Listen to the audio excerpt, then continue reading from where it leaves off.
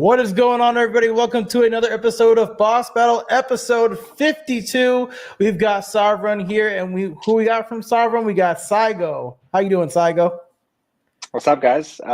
Stoked to be here. Thanks for having me. I mean, been big fans of the Catalyst Guild and you guys for a long time. So, it's good to be in the hot seat. Hell yeah. Appreciate that. I have my co-host here with me, Ramen Cash. Ramen, how you doing, my friend? Man, amazing, feeling blazing and all that stuff. Ready to bring the hot gun to Sovereign, seeing if they can pass all three bosses today. But we are ready to get this thing lit. So bringing the main noodle home today. Let's go. Man, I think you were just like MC'd for us. What the hell was that? That's crazy. I'm feeling it right now. Listen, it's 3 p.m. my time. It's either midday nap or midday hype myself up. I'm going to hype myself up. Using the energy you got before the nap takes over. I got you. Shout out Celsius drink for giving me heart palpitations and energy. Hey, be careful with those. They got some bullshit in there that will fuck you up. Don't overdo it. Raise me up from the graves. Don't overdo it. Guys, we're going to take a look at the rules here of Boss Battle. How does this show work? How do we do things here? Well, let's take a look.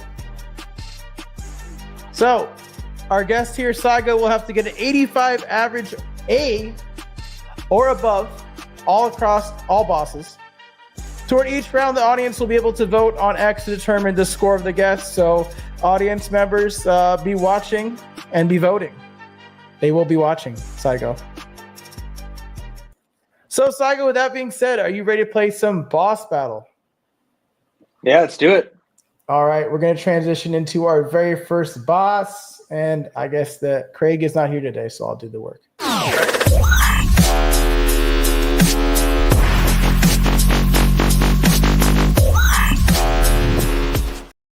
Yeah, Craig quit, I guess, or something. I don't know what happened with Craig. I don't know what happened with him. But question number one says, can you share the story between how Sovereign began? And a follow-up question to that, what inspired the shift from Breeder DAO to Sovereign? Yeah, great question. So I'm getting over the flu, so the coughs might come in periodically. But basically, it's been a long journey. I joined as we transitioned to Sovereign. You guys know me. I've been in the space in a couple other places. I'm more on the marketing side for Sovereign. But basically, what inspired the original vision of Breeder DAO, which is now transitioned into Sovereign, was the idea of building businesses in the metaverse for like the kind of clear-cut, dry. As the on-chain economy and infrastructure evolves, there's a belief that the first billion-dollar, trillion-dollar businesses will be built inside of these kind of like on-chain, self-evolving, self-expanding ecosystems and economies, which we saw with Axie. That was kind of where the vision was really realized the first time when we were breeding Axies and selling them as kind of this factory of the metaverse.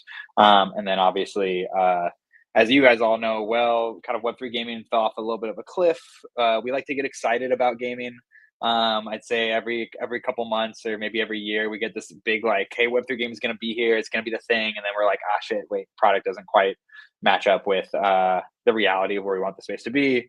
And so similarly, as a team that really wanted to build businesses in that space, we realized that we had to kind of shift focus from building on top of the things and rather shift into investing in the people who might build those future ecosystems by investing in the projects and games, and then also investing our own resources into building some of the infrastructure that will help those eventual ecosystems scale through like a layer 2 infrastructure we have right now, as well as some tooling to help Web 2 people build in Web 3. And the shift to Sovereign is really like that, natural evolution, kind of, I guess, a molting of our skin. I've been watching Naruto lately, so like snakes are deep embedded in my head right now. But like that, like molting of the skin to be like properly seen by the world and the market for what we are, which is not just people who breed assets, but we do a lot more than that. And we're focused in particular around like on-chain sovereignty. There's a little bit of a play of words on sovereign and sovereignty, and then kind of this next iteration, which is autonomous worlds, AI agents, etc. You know, something you said really jogged my memory. It's like a lot of the games early on in Web3, they presented like a lot of things up front and they under-delivered. And now it seems like you're trying to get to the part where you're like under-promising and over-delivering. Is that something you guys want to do at Sovereign? Yeah, absolutely. And I mean, I kind of, I'd say towed both lines where I worked at in the space before, right? At Shrapnel, like we were definitely of the first kind of generation of Web3 games, which was put a lot of hype, put a lot of expectations out there, really overpromise, and then struggle. You know, it's almost not even sometimes underdeliver, but it's impossible to deliver at the rate of expectations you're putting out there. Right. And with Sovereign, I think we've got a bit more of that. Like we don't the like hype for hype's sake is like all well and good when you want to capture like market narrative and stuff, but like by and large, like we don't want to put unfounded expectations on products that are yet to be, I guess, like created. And so we're very much in that like we want the products to speak for itself as they start to come out, but we obviously want people to be excited about them so that when they do come out, there's at least some anticipation. Love that answer. Love it. Love it. Kind of pivot to my next question here. How has the community responded to the migration from Breed to Sovereign, and what feedback have you received so far? Yeah, it's a good question. I think anytime you do something with your token, like the market and community always reacts in there's always like a kind of a positive and negative. There's an excitement for the new. People are like, oh, you know, we've been as a team had been kind of under the radar. The market had been kind of quiet, especially in the gaming side, and so there's obviously this kind of desire for, hey, like I want to see something happen, right? Like it's, you know, you're at the zoo, you're throwing shit at the window, trying to get the animal to do something without any respect for its feelings. But we, I think, saw most people were pretty excited. I think they are, if anything, the main feedback is just like, hey, like, what does this mean? It's like largely what people want, right? Anybody's excited about change, about opportunity. But the biggest question has been kind of just like, now that we've kickstarted that cycle of like anticipation, there's that like hunger again for like, what's next? What's next? Anytime you launch something, everyone's like, is there a new token? Is like, what does this mean, right? So that's been kind of the biggest feedback, is just like people kind of typing on the glass, waiting for something more. Oh, I think I'm not hearing you. I don't know if that's me or if that's. Nah, his mic's cut. Oh, that's out. me. Yeah. That's me. So just to clarify, people are looking for the next thing from Sovereign after the initial announcement. That's what you're kind of seeing the feedback of. Yeah, like looking for like what am I going to do? Because before with Breed, I think we had like a staking program, and we had some like a couple of initiatives that were in place, and we haven't like announced any of the new utilities or things that might come along with that.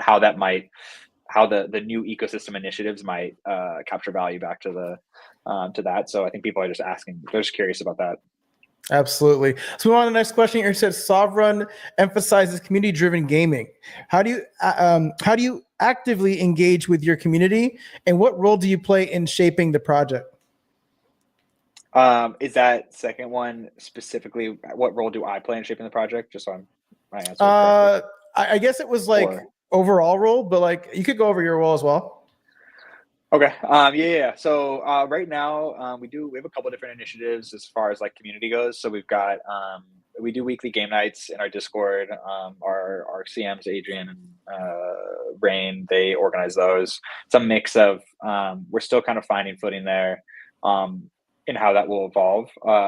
And then we also do we have initiatives in some of the games we work with. So we have our Nifty Island. We have a kind of a guild activation there. I believe we have a community that's kind of like been participating in the initiatives we do on top of Pirate Nation. So we kind of, I would say, catalyze communities that both are native to us, but then also that we are partners with. Because kind of one of my beliefs, and I think you guys see this a lot, is brands in particular. It's really hard to retain your own like large community, right? Like if you have a Discord of 100,000 people, those 100,000 people are not going to live in your Discord every day, and they're not going to find the kind of peace and solace that they want in a gaming community. But what we can do as someone with the capacity to build interesting experiences is create these like focal points for a number of communities to come together and engage with each other, and kind of get up for kind of like, you know, like the Friday Night Lights football game. Maybe you're elsewhere during the week and then you show up on Fridays because you want to go participate in some event or something like that. And so I think for me in particular, and how I'm helping shape some of those as well. Is just we're working on some of the early footings of like how we're building out local community in the Philippines, where a lot of our team is based. We have a lot of communities that we're close to and that we're starting to work with to engage on our products, do play tests, involve people early in like our Chain Tactics, a fully on-chain game. I'm getting some feedback there, and then bringing those people in as we do early ecosystem and community building for our for some of our infrastructure, as well as some of the AIX gaming stuff that we have coming up. All right.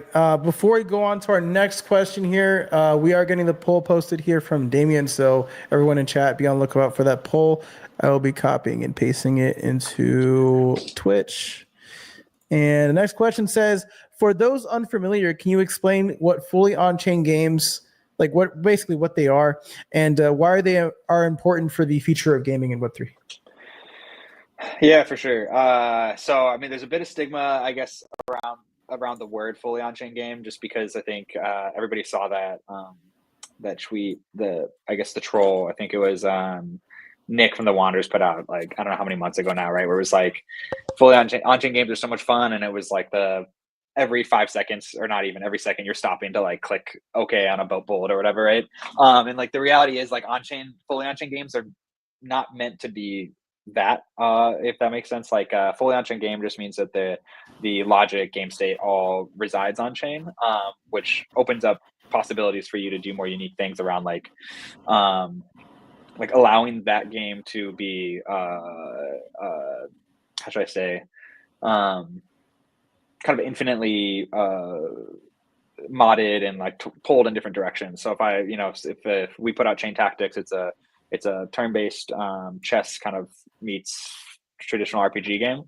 You can then take that, you can change the rules, you can you can take just the players and go build a different experience with it. Like, you can do all sorts of things. If we were to open source that, and then that game now lives on, you guys can build monetization mechanisms on top of that because it's on chain, right? It's not a kind of off chain game. And so it just opens up more opportunities for the community to kind of take ownership of the platform, and for games to live on past like their traditional, like, standard kind of lifespan that you would expect in like Web2 gaming. But yeah, I'd say it's just sorry for fully on-chain games. It's just that in a fully on-chain game specifically, you would expect the game logic, the game state, the assets all to be on-chain. There's kind of pseudo on-chain games where maybe the game logic's on-chain, but the amount of stuff they choose to kind of settle on chain, whether that's like stat lines, specific moves, on attack, stuff like that. Like, you might not choose to bring everything on chain, but if you're bringing that game logic and game state, like, that gives you kind of the initial meat to play with to open that up to the community. There was something that you said earlier, that video describing like what an on-chain game would look like, and it was like literally anything you do, like you move, whatever, like it was all like, obviously it was fake, right? But I think it's important to have people understand like the actual clarity of what on-chain gaming is, because they might see that video and they might think that that's real. Is there any way you guys like kind of describe the on-chain gaming to folks, like in terms of educating folks? I think a lot of people are still on the outside confused as to what it could be. Is there any like steps you guys have taken to like, fix that? Or so we haven't gotten to do too much on like the education side, I think, ourselves just yet. Some of the stuff that we want to start doing is around, like, we have a tool that we're building to help Web2 game developers build with like Web3 like primitives, and I think in that kind of as we start to put those tools in the hands of those developers, like, there will be educational videos we can make leveraging our own game as like this, like, hey, here's like a game that looks familiar to you, right? It's it's just a chessboard effectively, with different types of moves you can make, and you can then go pull up like the Chain Explorer right next to that, and you can show them live kind of how those things are settling on chain, and then have that conversation around like, what does this mean for you as a developer? Like, can you take this and go build your own experience the same way you might have in the past taken like Warcraft 3 and use the world builder to go build a different experience, right? And so drawing that parallel, I think, is what often like helps the kind of modding communities that might be people who want to build on this and might become aspiring game developers. So it's kind of, I think it's the actions, I guess, speak louder than words. Like rather than us just telling them about it, giving them that proof of concept is where I think we'll see the most like buy-in.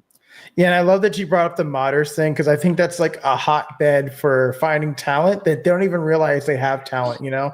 So I really love that you mentioned that there. Chat, we're moving on to the last question in boss number 1. And go ahead and vote if you haven't done so already, guys. Last question says, what are the current games or experiences in the Sovrun ecosystem, and how do they showcase the potential of fully on-chain gaming? Yeah, for sure. The first one I can talk about, or I can mention, there'll be more to see about it like in the future. We haven't been able to talk too much about it just yet. We will be doing more on like the eFrontiers ecosystem. So we participated, I want to say June of last year, in the hackathon that Project Awakening did. It was basically a bunch of teams were able to come in and build experiences on top of the frameworks that they had, and so we built like a esports framework. I can't talk too much more about because it was like super under wraps. They NDA'd everybody, but basically really excited about like the different types of experiences we're going to be able to enable in eFrontier. So it's something to look forward to, and something we've already kind of started to lay the groundwork for. We have periodic experiences that we built on top of Pirate Nation. So that's been largely just taking advantage of what already exists there to create like an on-chain scavenger hunt. And so those are kind of time gated windows where you come in and you use the resources at hand to go complete a bunch of I guess quests, and then try to place high on the leaderboard and the kind of pace that you do that. So that's like an early alpha state, I guess. We'll probably iterate and refine that. So something to look out for. And then we have Chain Tactics, which is our own kind of our very own game that we've built. It's like I described, it's a turn-based kind of chess meets traditional RPG. Not everyone is able to just play that right now because we're still working through some of the scaling components for it being an on-chain game. We did a play test with a community late last week. We had about like 30 concurrents. Every game did about 100 transactions. Probably like 10 did. I think we did something like, I don't know, 50,000 transactions over the course of that. And so that's something that will be made available probably in the next like month to a slightly larger group of people to come in and play test. And then and like that in particular is one where we built it, every single like game state, the logic, all of that is on chain. You can pull up our Explorer on our L2 and mess around with it. And then we'll have a AIX gaming kind of experience coming out that will mix kind of all three of those elements. You got Jerry in the house saying he's a biggest Saigo stan. There you go. Thank you, Jerry. Appreciate you. I did have one quick follow-up. You mentioned 100 transactions in the game nights or the play test that you've gone through. Is that like fully on-chain, or is that like a test net? And does that even matter in a fully on-chain game to have like a test net? So it's a test net right now, yeah. So it wouldn't like it wouldn't really matter other than it being like an interesting proof of concept for when you do get to the main net, right? Like people aren't using that, and I'm a marketing guy, so I'm sure my tech guys will get on me about some of this stuff later. But yeah, it's not like it doesn't matter right now, other than it's helping us understand kind of where the pain points are, what's finding success, what isn't. Yeah. All right. Sounds good. Well, that's going to conclude the first boss here. We're going to go into a quick little announcement here, and then Raman's going to take over from there. Raman, you got to do the announcement thingy. Okay.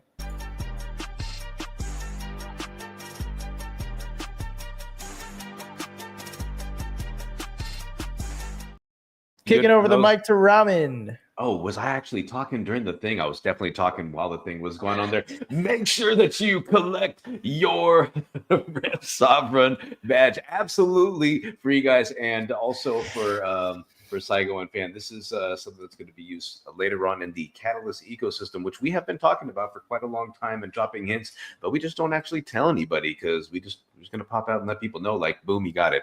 Anyway, make sure you go click on that link. It is time limited, so once the show is over, the cart is over. All right, Saigo, so far looking good, my friend. I'm glad you got some stands in the chat supporting. I see Jerry's got the pom-poms and ready to cheerlead for you, but we're going to get on to the next boss right here. Are you ready, sirs? Give it to me. There's a thumbs up. All right, I'll take it. All right.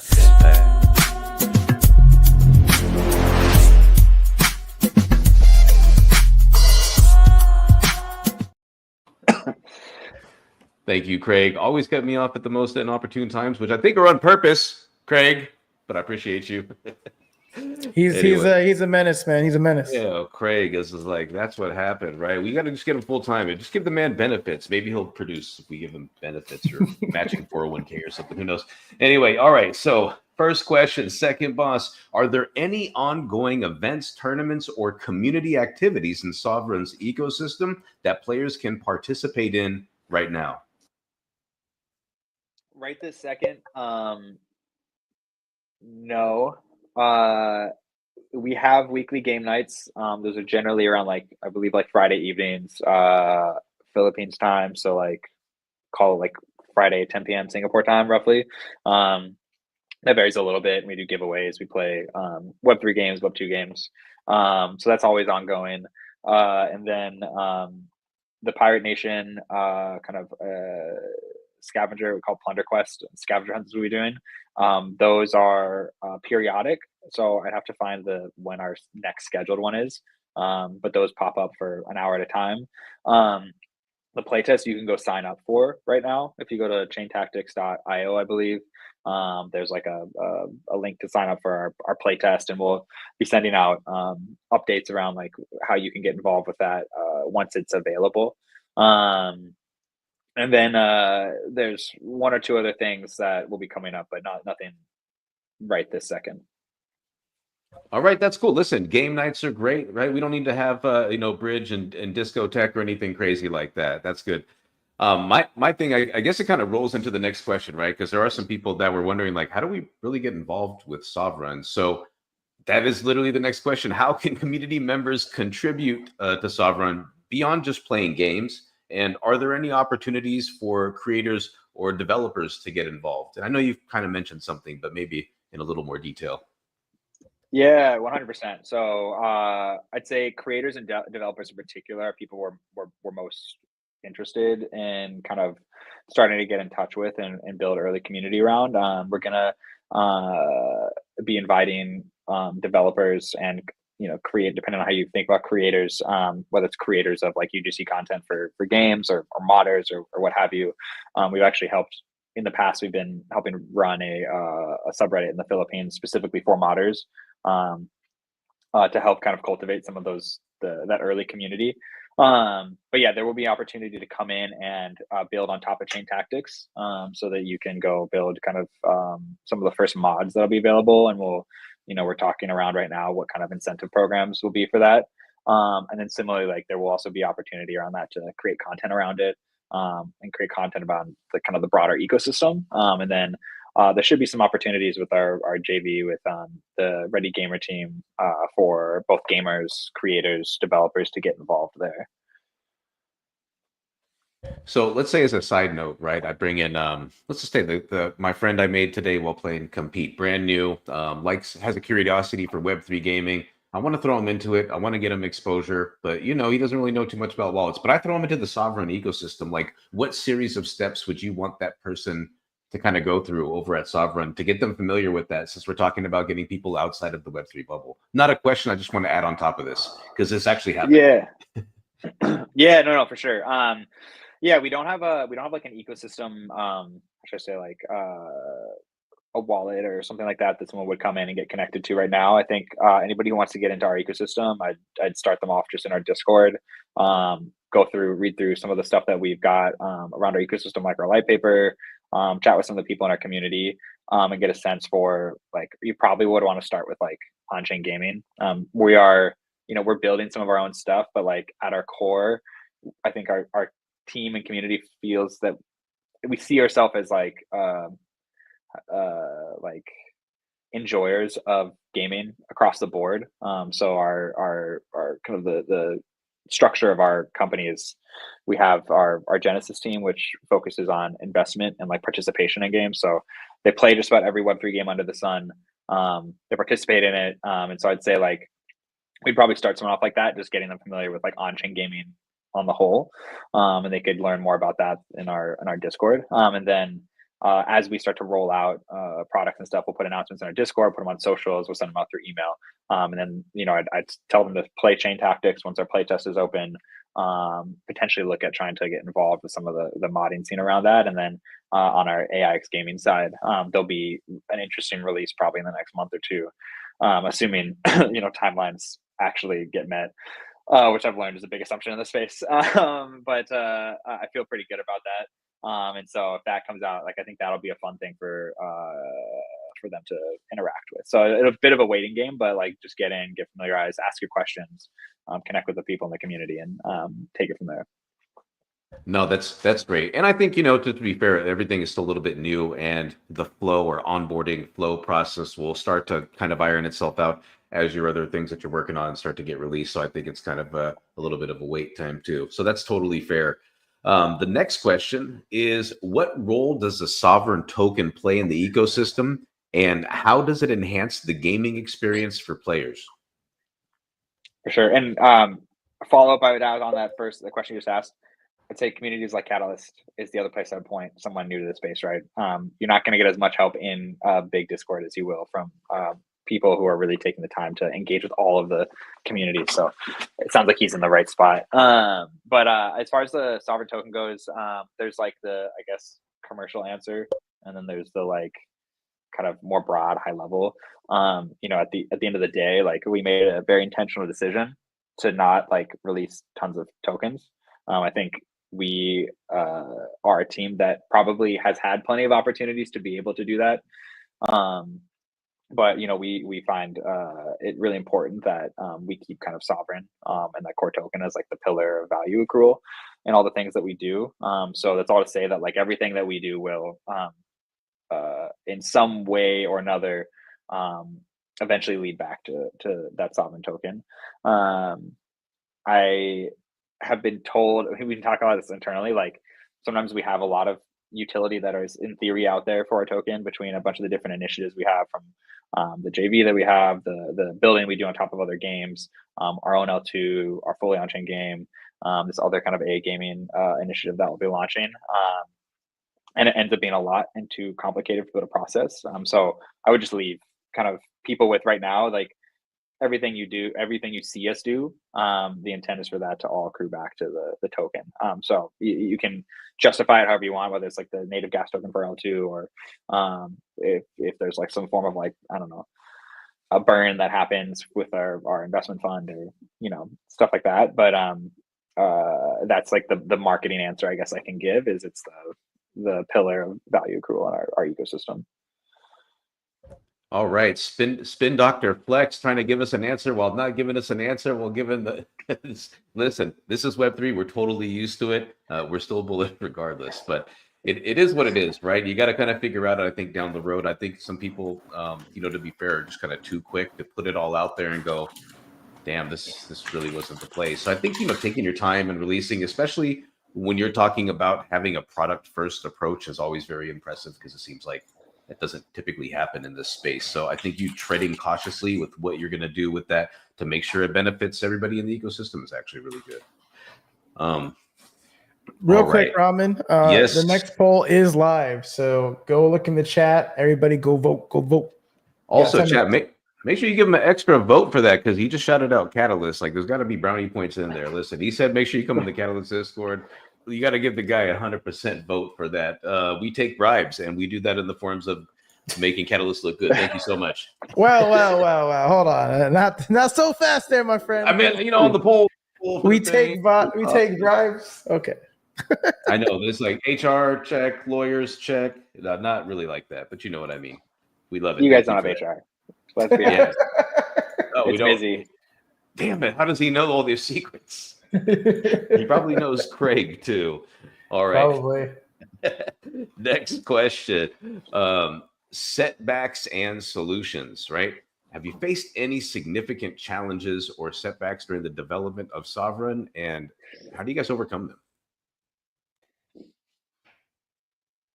Sorry, Yeah, I was no just clearing problem. the throat. So yeah, so I'll have I'm gonna have to make sure we get Brenz, our CEO, on for kind of a follow up boss battle to see just how different our answers are to some of these. But I'll speak from, I guess, what I've seen retrospectively, looking back kind of on what Sovereign has experienced to this point, because I haven't been here the entire journey. We're over 3 years old. Been building in the space for a long time. We've had a token out for a long time. So like we're at a very different stage than a lot of like newer projects. I think some of the biggest, setbacks have just been like every time gaming has not actually succeeded. That's obviously been a big setback for us, because you get all this momentum, all this energy. You think you found that kind of like that escape velocity, and like Web3 gaming's here, and then everything comes crashing back down. Attention and energy, the liquidity, it all leaves the market.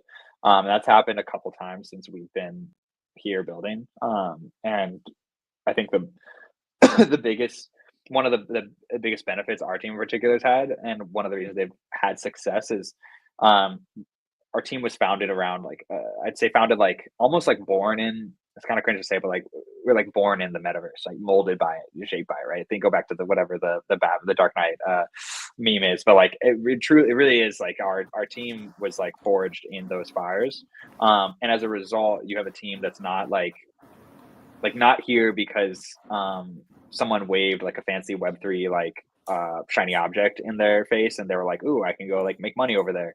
But because they're I think in one way or another their lives had been affected more meaningfully, especially being in the Philippines, by this presence of Web3. And so there's almost like ironically I'd say like a hunger in a lot of the team to prove that like because the Philippines was ground zero. You see this in a lot of, I think, Philippine projects where like we think on the outside looking in that the Philippines is this like hotbed for crypto activity, because they're like a lot of people made money off of Axie and they did super well, and so they're obviously probably more crypto native, and like that is true to some extent. But by the same token, because they were ground zero for a lot of Web3 gaming, they were also ground zero for a lot of like Web3 rugs. A lot of people came into money who were not maybe financially sophisticated, and so you have this kind of first wave of Filipino founders that rugged projects because they had a successful mint, successful idea, but then they couldn't execute because they never had that much money before. And so there's this like hunger in our team to prove that like there's good builders, there's good teams here. There's other guys, Joe Josue, and what they're doing with Kusha World, great Filipino builders that are continue to stick through it, through Bear and through Bull. And so I think that's been the biggest thing, is just like finding people who are aligned with that. And then when you have that alignment, it's easier to push through the bear when it comes. And then obviously our founders being like efficient capital allocators. When the bear's there, don't overspend, don't be stupid, don't try to fight momentum when things are going in one direction. Like you can't do anything to stop it. So let kind of nature take its course, and then just continue to persevere and towards the North Star that you have as a business. That's really smart, right? And you gotta give credit to that. Just because it's a bear market doesn't mean go spend $100,000 on back-to-back gaming tournaments for the next 3 weeks, because that's going to get the attention. I mean, spend right, and we've seen that multiple times too.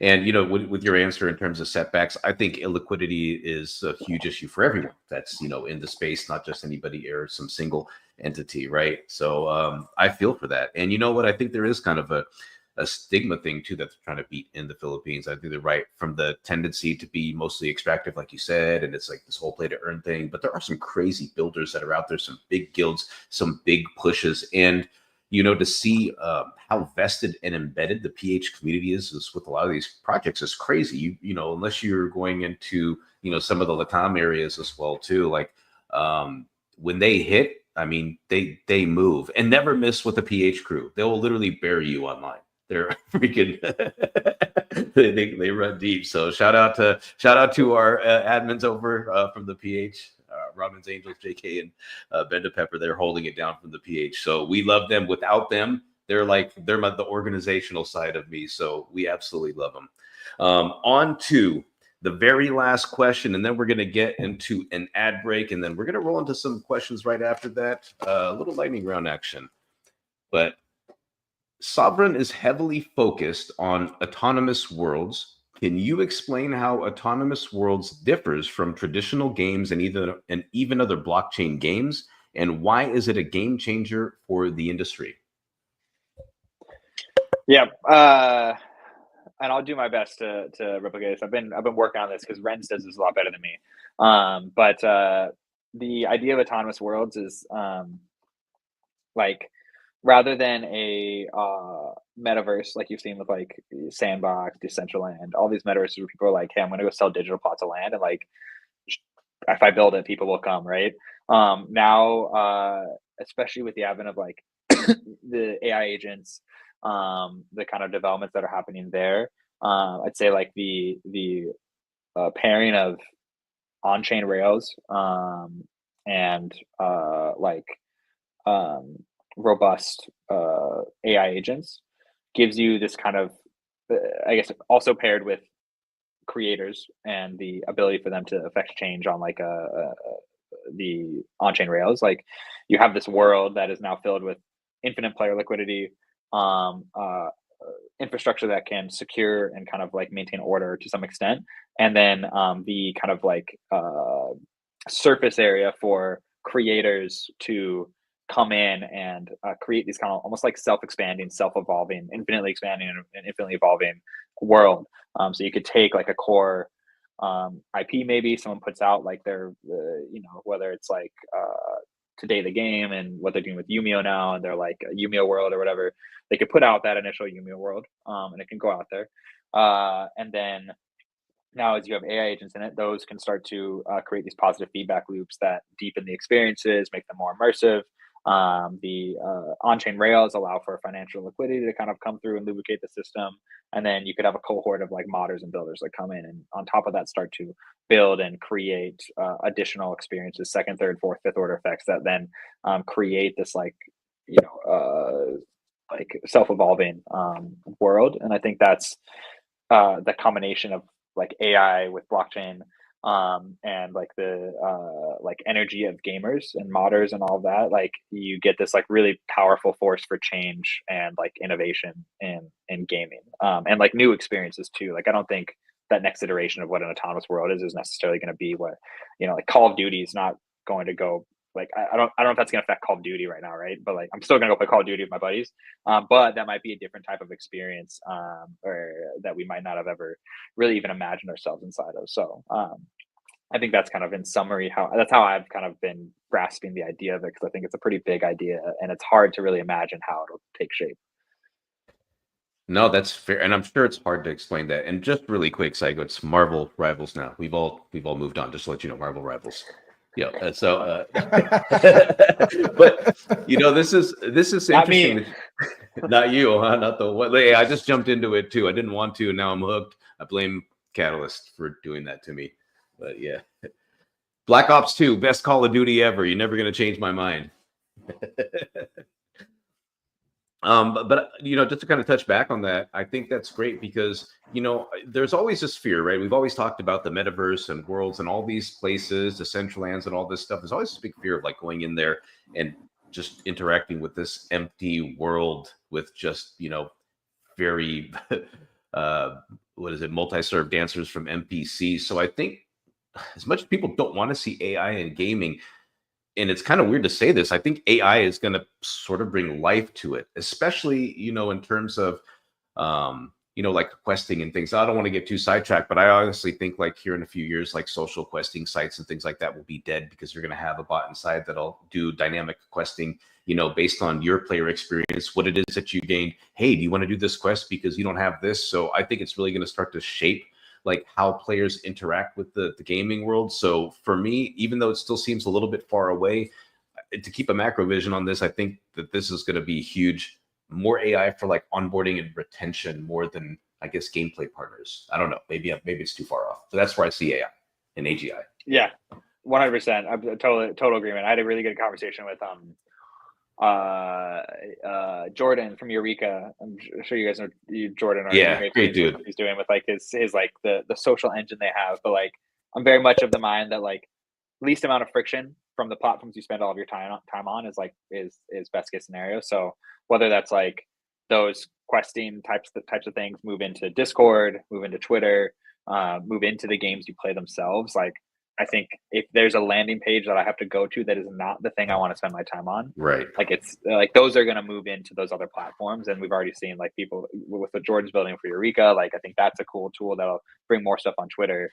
Discord's obviously evolving, and the AI agents in gaming I think will be a massive unlock. Sweet. Yeah, we can go more on this, but I know Hato already gave me the eyeball. We got to roll into an ad break, and then we're going to get into some lightning round 2 questions. eyeballs. No, Hato, pass it to you, man. Pass it to you. Yes, sir. We're gonna hit an ad break and we'll be right back, chat. Don't go anywhere. Chat, yeah, I'm talking to you, chat. Did you guys know that Arbitrum's got some fire games for you to try out? From racing and kitty kart to battling and golden ties, Arbitrum's got it all. Wanna be a pirate? Pirate Nation is calling you. Feeling adventurous? Explore Magi on the Xi L2 blockchain. Or if you're into strategy, Maelstrom on the Uprising chain is your jam. Don't take my word for it. Try it out for yourself and level up your gaming life on Arbitrum today. Warning, these games give you too much hype. Follow Arbitrum Games for more. Crypto Hot approves this message. He's not back. Yes, I can make a joke about it. We made him rug. He rage quit. He wasn't ready for the lightning round. We've never had a guest rage quit before. Wow. And he left the camera on and he walked out in the middle of the show. This is insane. First time for everything on Boss Battle, episode 52. Where has Saigo gone? The world needs to know. Can we do a song? Where has Saigo gone? And unfortunately, Sovereign just rugged our wallets, just like Saigo rugged. No, I'm just playing. We're like, this is a great time to fill in and troll. Totally. I was hoping that ad read was going to be the exact length of time I needed to go to the bathroom, and it was not long enough. Unfortunately, a few weeks ago it was, but today it's not. So, things happen. Was. Yeah, it was. It was a long ad read, but yeah. Yeah, not so much anymore. We're gonna. You guys don't remember the? Yeah. Okay. Oh, okay. So we're gonna transition to our next round or next segment, which is a lightning round.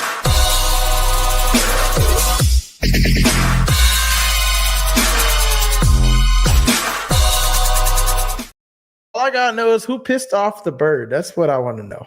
The bird looks mad angry in that fucking video.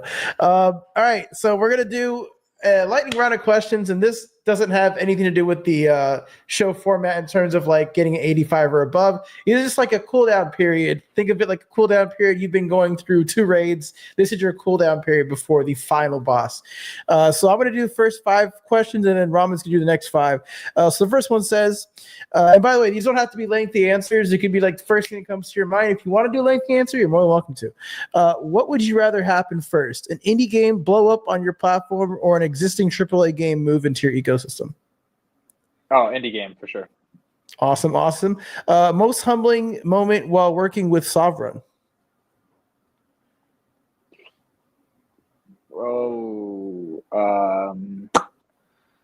Man, there's a lot of humbling experiences.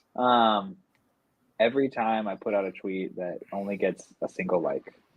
How about that? I don't know. I don't know what else I can go with. I think with the Kaito stuff has been going crazy. Like I think the Yaps has been making a lot of people feel humbled on the timeline, for better or worse. For sure. Next one says, in your opinion, what do you think will be the first real breakout game in Web3? Oh, I'm gonna have to take longer on this one because I think there's two layers to that question. There's the Web 2.5 game that's going to break out and get a lot of traction, which I think, called Off the Grid Wildcard. Sure. I don't know if I would be ready to don those as like Web3 games that broke out. I think looking at, honestly, something like like Play Gigaverse from like the Good Luck Have Funner guys, or one of these kind of like more simple loops that are on chain, and more of the game is on chain. Like the same way Axie broke out, it wasn't because it was this cool game, it was because there was this like pretty addictive loop and this financial upside. I think that's what's going to make like a proper Web3 game breakout, not one of these like Web2 games that has managed to integrate a few of the bells and whistles of Web3. Got it. All right, next question says pick your best voice impression and shill Sovereign for 30 seconds.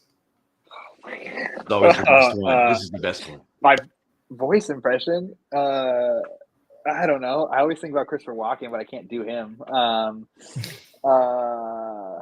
would have been a good one. I know. I couldn't even begin to try to do him. Christopher Walken. Yeah. Can I yield it? Can I yield it to you? What have other people done for this in the past? I'm trying. Same thing. You have stumbled and been like, I'm not ready. Yeah, someone did a Yoda voice. Yeah, Yoda. Oh, that's.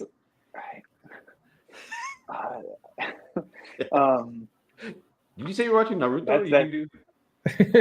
Yeah, you want me to try to do a Naruto accent? Yeah. Dude, I am a white man. I am cancelable out the ass for any number of accents that I want to try to do. Not on Catalyst.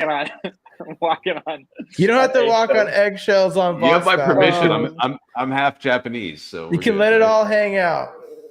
Oh, are you really, Robin? I didn't know. Oh, he's about to speak. See, stop him. I don't know, man. AI gaming, the future is with Sovereign. That'll work. We can take that. All right, last one on my side here. First video game you've ever played. A little easier question for you. It would have been. Or is it? It was honestly probably Pokemon Red or Blue with the Game Boy Color. That was like the first gift I got. My Aunt Gertie worked for like Good Morning America or something, and she sent it to me without telling my parents because my parents weren't going to let me play video games. And I opened up the box with the Game Boy Color inside, and my parents were like, "Fuck." Sent him a video game, and then I became like addicted, and I did the whole Nintendo franchise. So yeah, nice. All right, Ramen, you got the last 5. All right, here we go. Whoa, I was not expecting this question. I'm glad I didn't ask this one. You guys, this saw you. I don't. We're just talking about cancelable here. Yo, production is like tripping this week, bro. What is that? Honestly, I don't know if this is actually appropriate. What do you think, Saigo? Are you easily offended? I mean, I'm not easily offended, but a lot of people out there are easily offended. So this question's out of pocket. This question is out of pocket. I'm going to amend this a little bit so it's the same question, but it's not as direct. How about that? Hado, do you agree? Do you concur? Your world, Ramen. These are your 5 questions. How old were you when you lost your gaming virginity? There you go. I mean, it would have been like 5 years old when I lost my gaming virginity. Ooh. Specifically. Hey, yeah, a bit older for the other one. Yeah. Good save, Ramen. Good save. Yeah, I don't know. I can even tell you, but all right. So the next one, least favorite musical genre. Oh, I'm like an every genre, but I would say I for the longest time would have said country, but I think it's grown on me a bit, and I've learned to acknowledge why it has a lot of love. There's a lot of similarities between like reggae music, and I listen to a lot of reggae, and I understand it's like white people's reggae. So. If you asked me the question, I would have said Taylor Swift, my least favorite genre. But yeah, if that has its own genre, I'm for that one. No Swiftie stuff. Swiftie genre. I don't want to make an enemy. I don't want to make enemies with those people. They're crazy. I do, and you know what? I'm rooting for the Eagles, and I hate the Eagles, but I hate. Yo, chill. I hate her more. I'm rooting for the Eagles too. We can't have Mahomes winning 3. Yeah. All right, it's getting wild over here. If you could bring any IP into your ecosystem, what would it be?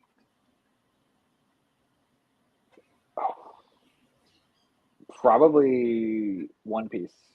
As evidenced by the shirt, but I'm like a massive One Piece stan. I think it's a great body of work. God. And, he's gonna channel in Clouds and Mike from Andromeda, bro. Yo, that's right. They both have the same answer. Yeah. Oh, I mean, there's goodness. just so much, like, and we can't even get into it, but it would be One Piece. It'd be One Piece. Hey, fair, fair, fair. Favorite. Oh, this is a tough one. I don't know why we even asked this. Favorite video game. Oh, I mean, that's also one of those, like, it's like a cyclical thing. Like, when I have time to play. I mean, if I were to say the thing that I spend the most time on right now is honestly like the Pokemon Pocket TCG app. Like, that's what in between, I find myself spending an hour doing the stupid battles, even though I know it's just a coin flip the entire time. Because I like collecting the cards. So that's where I've been spending most of my time right now. But in the past, like, I spent a lot of time like the Fire Emblem series. I really like that. Disconnect, takes my mind off, and then I play a lot of Call of Duty still. So it's boring, but Hey, nothing wrong with a little bit of Call of Duty. Nothing but Call of Duty. All Looks right. like Clouds is watching, and he said best storyline and character development. He's talking about One Piece, by the You way. literally channeled him It's in true. here. I'm telling you, man, they're watching. it's facts. Oh man, that is funny. All right, this one. Yo, who's writing these questions? And this one's actually pretty funny. You'll know exactly who this is. Story breaks out that somebody from your team was arrested in Las Vegas. What is your first thought on who that would be? I mean, on my team now, Now, I don't. yes. I don't know if any of my Sovereign team would get arrested in Las Vegas. I could see it being Ren's and a misunderstanding. If I were to say people that I have worked with in the past, I mean, the answer is probably Tony. I was gonna say, I'm not. He's not my current team member on Sovereign. We work on some other stuff with Glitter Cloud, but yeah, Tony for sure. Hey, yo, shout out Glitter Cloud. Shout out Tony. Yeah. I kind of agree with you. I think if it Sure. was going to happen, I mean, it would be a fun time getting arrested doing something, whatever Tony was doing. Yeah, he wouldn't like go to jail. You know, he just would have been arrested, misunderstanding. Yeah. It would have been cleared up, and then he'd go home. But it would have been for sure to end up in a precarious situation. It would have been Tony. We love Tony. All right, that is it for the. It's always funny when people say they throw the bus. Like, I think I know who this might be. Yeah. We are going to move on to the last and final boss. So, we're taking away there, Mr. Hado, sir.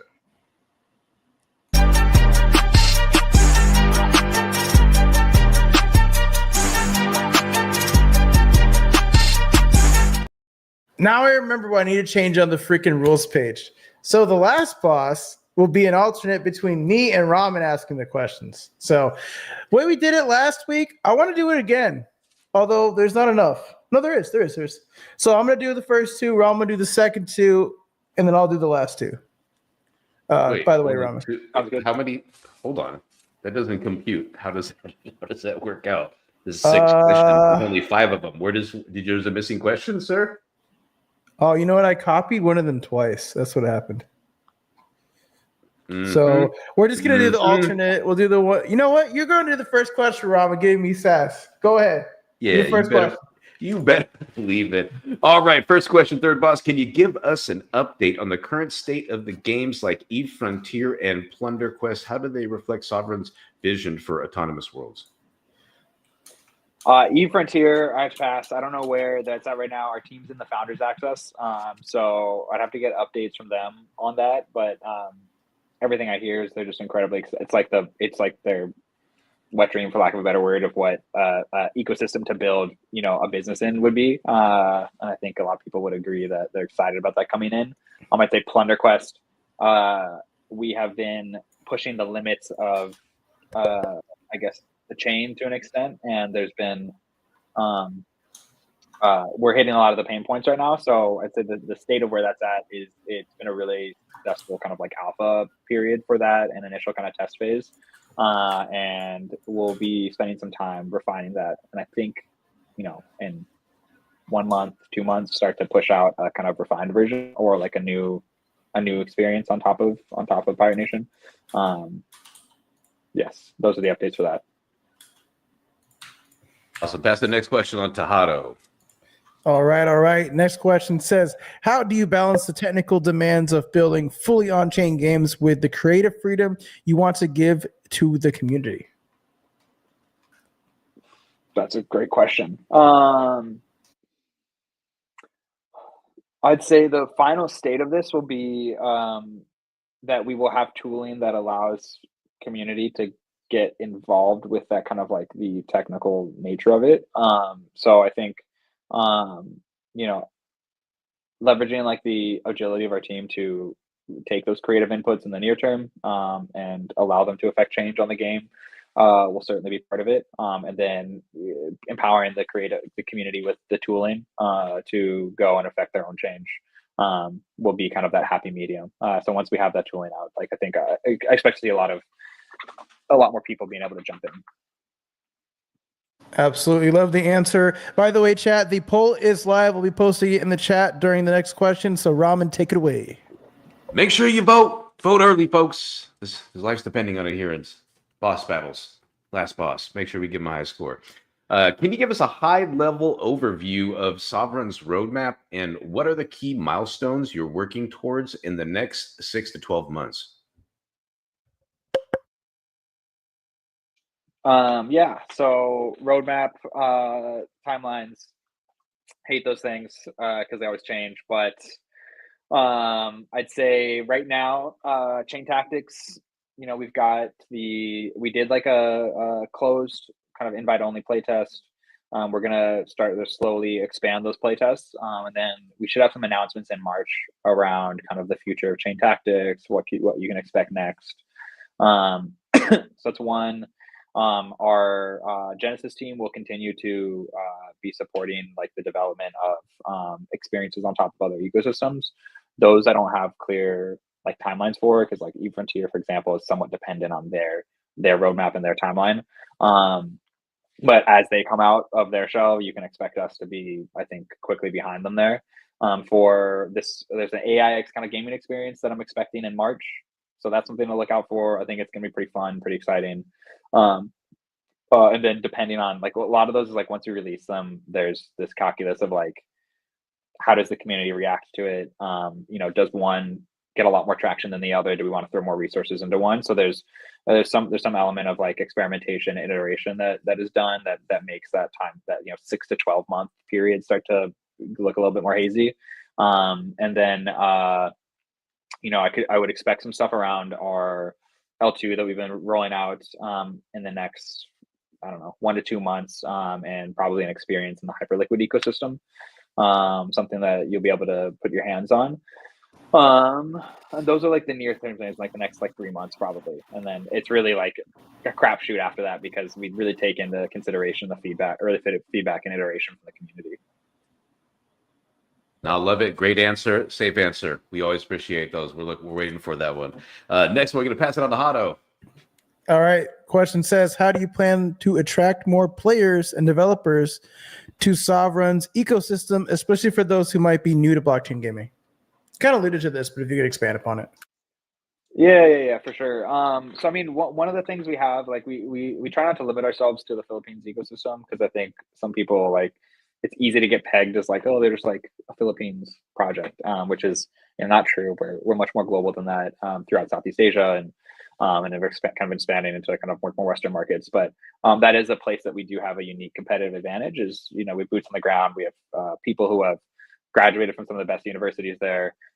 We have people who have worked with government organizations. So like we have an opportunity to go leverage a lot of the talent that does exist there and help upskill and onboard them into our ecosystem to kind of help solve some of that cold start problem of getting young developers, young modders. We did a hackathon during YGG Play Summit in coordination with the Metaversity guys over at YGG. And we had, I want to say something like 16, 17 teams participate. There's a lot of student teams, 16, 17-year-olds who came in and built their own game.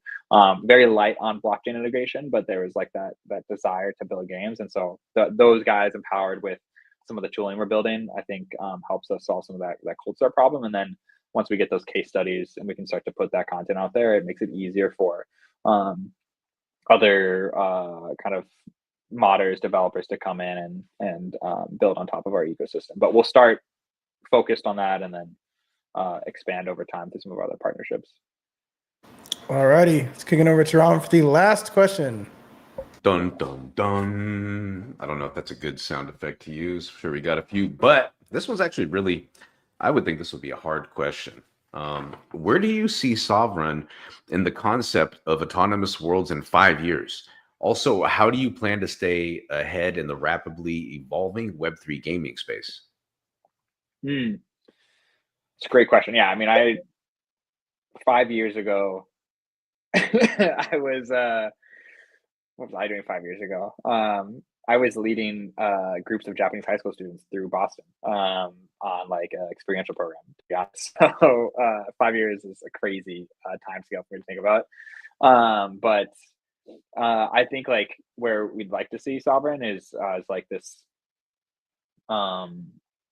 powerhouse of innovation, for lack of a better word, in the AI X gaming crypto space. So I could see us being more of like having a couple of very successful products, whether it's our L2 takes off, some of these on-chain games we're building, or the tooling we're building takes off, and I could see us powering or having built directly some of the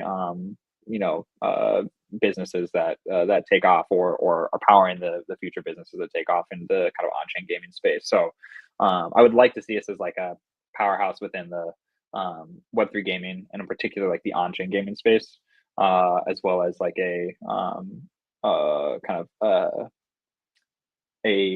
should I put this, like a force for change as well in the Philippines, Southeast Asia, helping kind of onboard and create this like pipeline of game developers, game modders, game creators. And then in terms of, you said, how do we stay ahead of the curve? I think just having a young team has been really helpful for us so far. A team that eats, sleeps, breathes crypto, is in the trenches, playing new games, always kind of like trying to be at the cutting edge and like understanding when trends are changing, and then having key advisors, key partners. All of that gives us like a good sense of like where other people are pivoting and shifting, and it allows us to stay like pretty like with our finger on the pulse.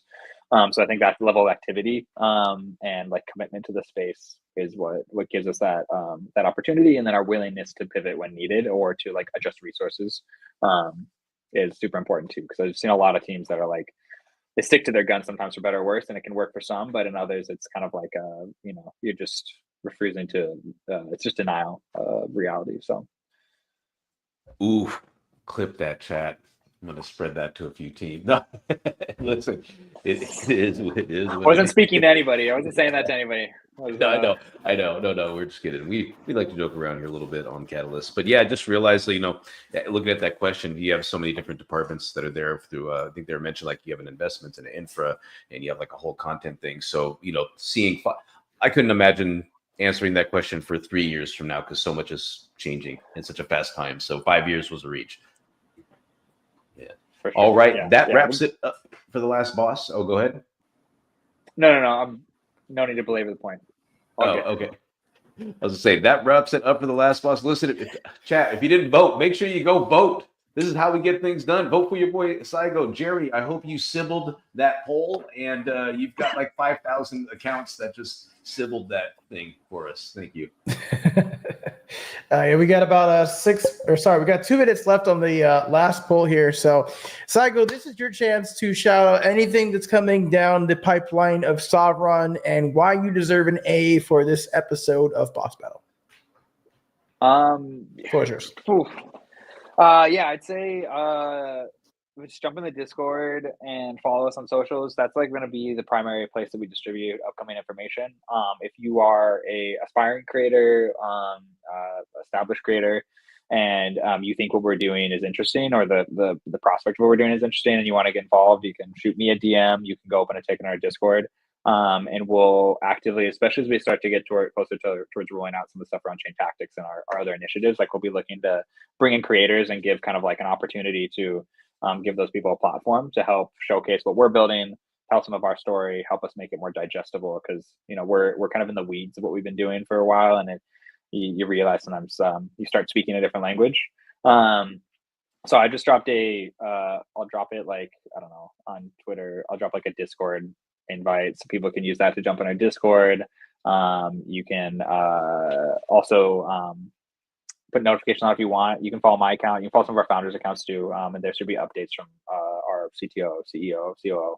They're pretty active on socials. Yeah, just stay tuned. Chain Tactics, this AI gaming experience, and then keep an eye on Ready Gamer. That's a joint venture we have with the Virtuals team. There should be some interesting stuff, not just in Web3, but also in Web2 with AI agents that'll be coming out around that, with partner games like Nifty Island, Yumio, and some others. All right, chat, you heard it here first. We are now going to get into the results portion of today's show. Sponsored by Arbitrum, Warden, and RevGG. Shout out to our sponsors. But now let's get into the results of how Saigo has done against all three bosses.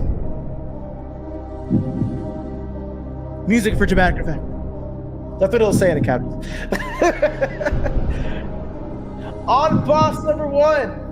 By the way, shout outs to Polar Knights. How you doing? Welcome in. You're hanging out at the end of boss battle. We're about to find out how Saigo did. I feel like I'm shouting. I'm gonna turn this down just a little bit. It's not too bad. Yeah. All right. You like the way I shout, Ramen? High energy. We need that high energy. High octane gameplay is all we do in boss battle. Just kidding. All right, on boss number 2, Saigo scored a 91.7. We rounded this bitch up to a 92 out of 100. Very well done. On boss number 1, Saigo got 100 out of 100.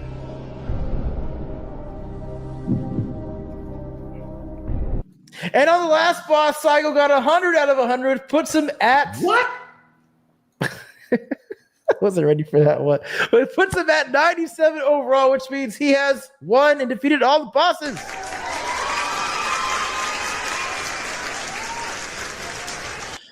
First and foremost, congratulations, Saigo. How are you feeling you are today's winner?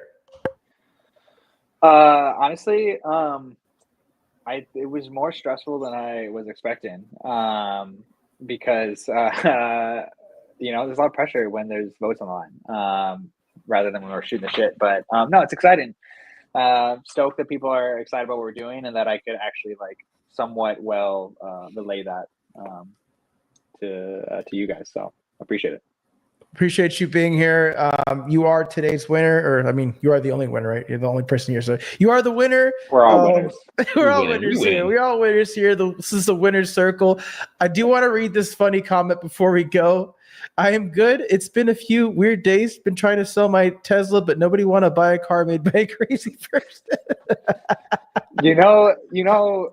As much as we all hate Elon, it was crazy. I was just... I don't hate him. You guys can cut this if you need it. But I was just in Rapa Nui a few years ago. That is Easter Island. It's off the coast of Chile. My wife's company does programs there. So anyways, we were there. And our guide, who's the leading historian on the island, told me that he was literally until about 2-3 years ago, they had no internet that was reliable on the island. And then Starlink came in, and he was literally game changer. He was I had to wake up at 3 a.m. just to wire money when no one was using the internet. And high school kids were setting YouTube videos to load when they went to school. And then when they came back, they would watch that 30-minute YouTube video that had loaded all day. So it was and that was just 3 years ago. So Starlink's a game changer. That technology is real life. Listen, Elon, if you're watching, I don't hate you. Yeah, Starlink's awesome. Autistic, awkward dude, whatever. Well, my brother had Asperger's, and he has Asperger's, so it's very familiar, so I get it. I totally get it. All right, guys. Well, that is about going to do it for today's episode of Boss Battle, episode 52, featuring Zovrun. Saigo, thanks for coming on once again. Chat, I hope you guys had a great time watching today's show. We will be back. I don't know exactly when we'll be back, but we'll be back next month, and it'll be a little bit of a different format. So you guys stay tuned for that. But much appreciated for those that stopped by, and we're here to the end. We'll see you next time on next episode of Boss Battle. Peace. Laters. Peace.